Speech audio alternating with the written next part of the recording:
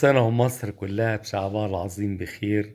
الحقيقة أنا حبيت خلال أقل من دقيقتين، يعني دقيقة ونص تقريبا، عايز أفرق ما بين حاجتين، ما بين 30 يونيو و3 يوليو. الفرق بينهم 3 أيام.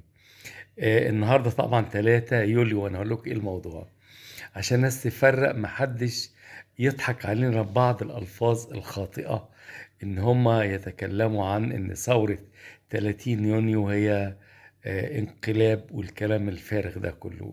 لكن أقول لكم هي الحقيقة بدقة. الشعب المصري تجمع في الميادين وشوارع مصر في خلال شهر يونيو، وكانت ذروة التجمعات في الميادين وشوارع مصر يوم 30 يونيو. دي عشان كده سميت ثورة 30 يونيو. طب ايه يوم 3 يوليو اللي هي تمثل النهارده؟ هو انحياز القيادة العسكرية أو القوات المسلحة إلى مطالب الشعب المصري، وصدور بيان القوات المسلحة الذي تضمن خارطة طريق لمستقبل مصر، والحمد لله نجحت بامتياز. ده الفرق ما بين الاتنين. يعني الثورة هي 30 يونيو، محدش قال إن الثورة يوم 3 يوليو.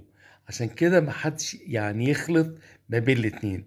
كل سنة وانتم طيبين بمناسبة ثورة 30 يونيو.